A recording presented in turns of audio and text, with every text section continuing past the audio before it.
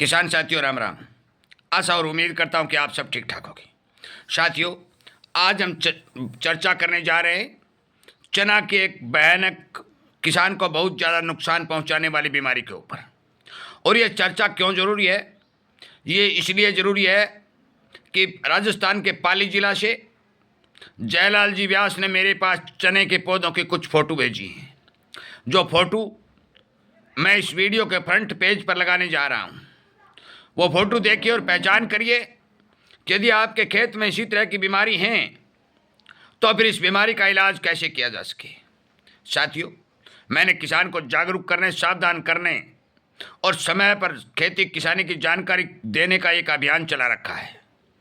और इस जागरूकता रूपी अभियान के द्वारा चलाए जा रहे इस चैनल के ऊपर लगातार किसानों को बातें बताई जा रही हैं जो खेती किसानी के हित में हो, जो किसान का खर्च बचा करके पैदावार बढ़ाने के हित में हो, कम खर्च के अंदर फसलों की रोग बीमारी को कंट्रोल करने के हित में हो, और सरकार द्वारा अपनाई जा रही नीतियों के खिलाफ सोशल मीडिया के ऊपर किसान की आवाज़ उठाई जा सके।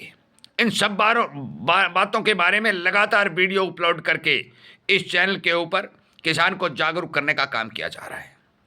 इसीलिए मैं कहता हूं कि आप इस चैनल के साथ जुड़िए, सब्सक्राइब करिए, ताकि आगे आने वाले समय में आपसे किसी प्रकार की कोई गलती नहीं हो और आपको नुकसान फसल के बारे में किसी तरह का न हो सके। साथियों, मैंने बहुत पहले एक वीडियो बनाया था, उसके बाद भी वीडियो बनाया था और मैंने आगाह किया था कि चने के अंदर जो जड़ गलन रोग आता है, जड़ काली हो जाती हैं, पत्ते लाल होकर सूखने लगते हैं, जमीन पर गिर जाते हैं। उस रोग को कंट्रोल करने के लिए सबसे पहले भूमि का उपचार करना, खेत का उपचार करना जरूरी है। क्योंकि आप बीमार जमीन के अंदर ये बीज बोओगे तो उस बीज के साथ वो बीमारी लगेगी और बीज के उससे उगने वाले पौधे को नुकसान करेगी। और ये बात मैं बार बार कह चुका हूं कि हमारे भारत के अंदर 80% खेती करने योग्य जमीनों के अंदर लगातार बहुत भारी मात्रा में नुकसानदायक फंगस ने अपना घर जमा लिया है, जिसके तहत जड़ों को भारी नुकसान हो रहा है। किसानों ने ऊपर के रोग कंट्रोल करने के लिए तो काम किया, परंतु जमीन के अंदर पनप रहे रोगों की ओर ध्यान नहीं दिया, जिसके कारण ये बीमारी हर एक खेत के अंदर पैदा हो गई। मैं बता देना चाहता हूं कि चने की जड़ें काली होना, पत्ता सूखना, लाल होना, गिरना, ये आपके प्रोडक्शन को 30 और 35% तक घटा सकती हैं, क्योंकि बहुत भारी मात्रा में पौधे इस रोग की चपेट में आ जाते हैं और आपका नुकसान बढ़ता है।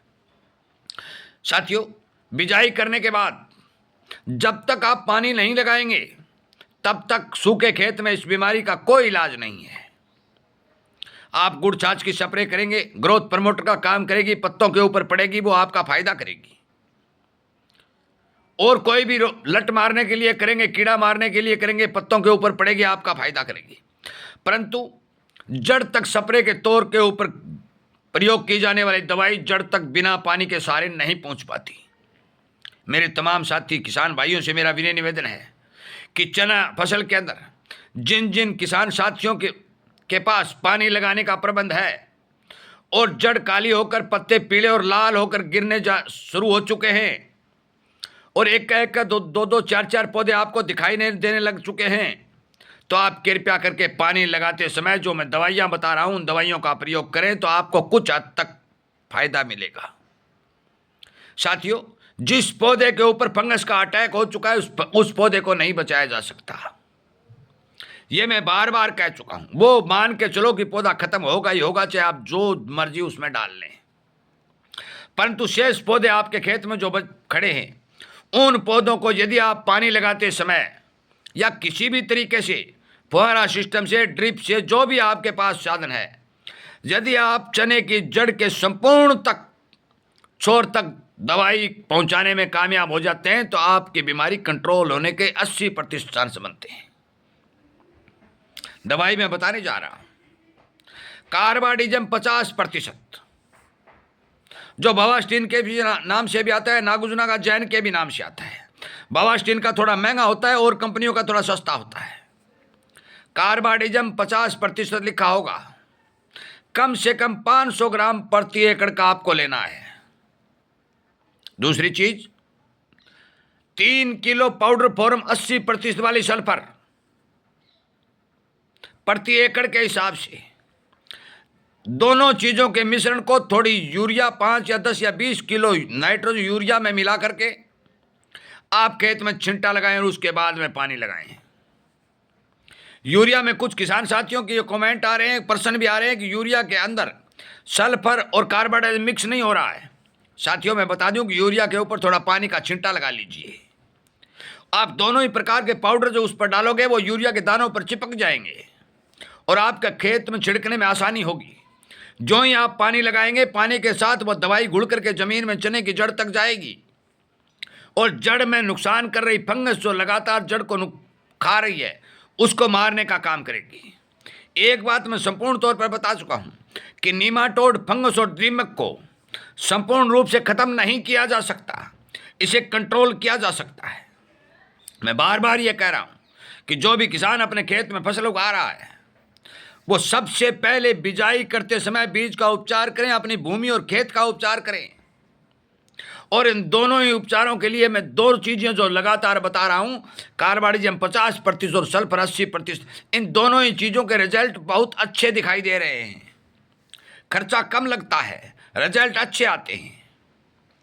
सरसों की खली का प्रयोग करिए, नीम की खली का प्रयोग करिए, अरंडी की खली का प्रयोग करिए। इस तरह के प्रयोग यदि आप करेंगे तब जाकर के इन बीमारियों को आप कंट्रोल कर सकेंगे। एक दिन में, एक समय में, एक फसल में इन बीमारियों को कंट्रोल करना साथियों संभव ही नहीं है। इसलिए मेरा सभी किसान साथियों से विनय निवेदन है कि आप यदि पौधे की ग्रोथ बढ़ाना चाहते हैं, आपके खेत में नमी ठीक है, फसल ठीक चल रही है, तो मैं बता दूं कि गुड़ और छाछ का जो मिश्रण मैं बता रहा हूं उसके हिसाब से स्प्रे करें। मैंने अनेक वीडियो बना करके वो मिश्रण का फार्मूला आपको बता दिया है। शाम को लाइव 6 बजे से 7 बजे तक सेशन चलता है। जो भी किसान अपनी समस्या पूछना चाहता है वो प्रश्न करके पूछ सकता है।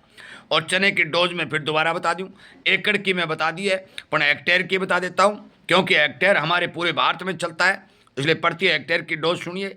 1 या 1.25 किलो कार्बाइडिज्म 50% वाला पाउडर और 6 और 7 किलो 80% वाली सल्फर एक बैग यूरिया में मिला करके अपने 1 हेक्टेयर खेत में छिड़काव करके पानी लगाएं। उससे आपको 80% तक इस रोग से बचने का काम सहारा मिलेगा। बिना पानी के, बिना जड़ तक दवाई पहुंचाने के साथियों स्प्रे के तौर के ऊपर इस रोग का कोई इलाज नहीं है। खर्चा करें तो आपकी मर्जी, न करें तो आपकी मर्जी, क्योंकि स्प्रे की गई दवाई जड़ तक नहीं पहुंचेगी। दीमक, फंगस, निमाटोड सब जड़ में बैठे हैं, उन तक कोई दवाई नहीं पहुंचेगी। तब तक वो अपना काम जारी रखेंगे, पौधे को नुकसान करते रहेंगे और एक पौधे से दूसरे पौधे में प्रवेश करते रहेंगे। इसलिए पानी लगाते समय मैंने जो फार्मूला बताया है, इस फार्मूले का प्रयोग करें ना, अपनी फसल को बचाने का काम करें। आशा और उम्मीद करता हूं कि मेरे द्वारा दी गई जानकारी आपको पसंद आ रही होंगी और आप अन्य किसानों तक शेयर भी करेंगे और आपको इसी तरह की जानकारी समय रहते मिल जाए ताकि आपको नुकसान न हो और समय पर आप काम करके अपनी फसल को बचा सके। तो आप चैनल को सब्सक्राइब के साथ जुड़ेंगे, क्योंकि मैं समय रहते पहले ही वीडियो बनाकर किसान को आगाह और सावधान करने का काम करता हूं कि आप ये काम करिए ताकि आगे आने वाले समय में किसी प्रकार की परेशानी न हो। वीडियो सुनने के लिए, लाइक और शेयर करने के लिए आप सबका धन्यवाद करते हुए इस वीडियो को विराम देता हूं। उम्मीद करता हूं कि जयलाल व्यास द्वारा भेजी गई फोटो के द्वारा आप सभी किसानों को संपूर्ण जानकारी मिल चुकी होगी। जय हिंद।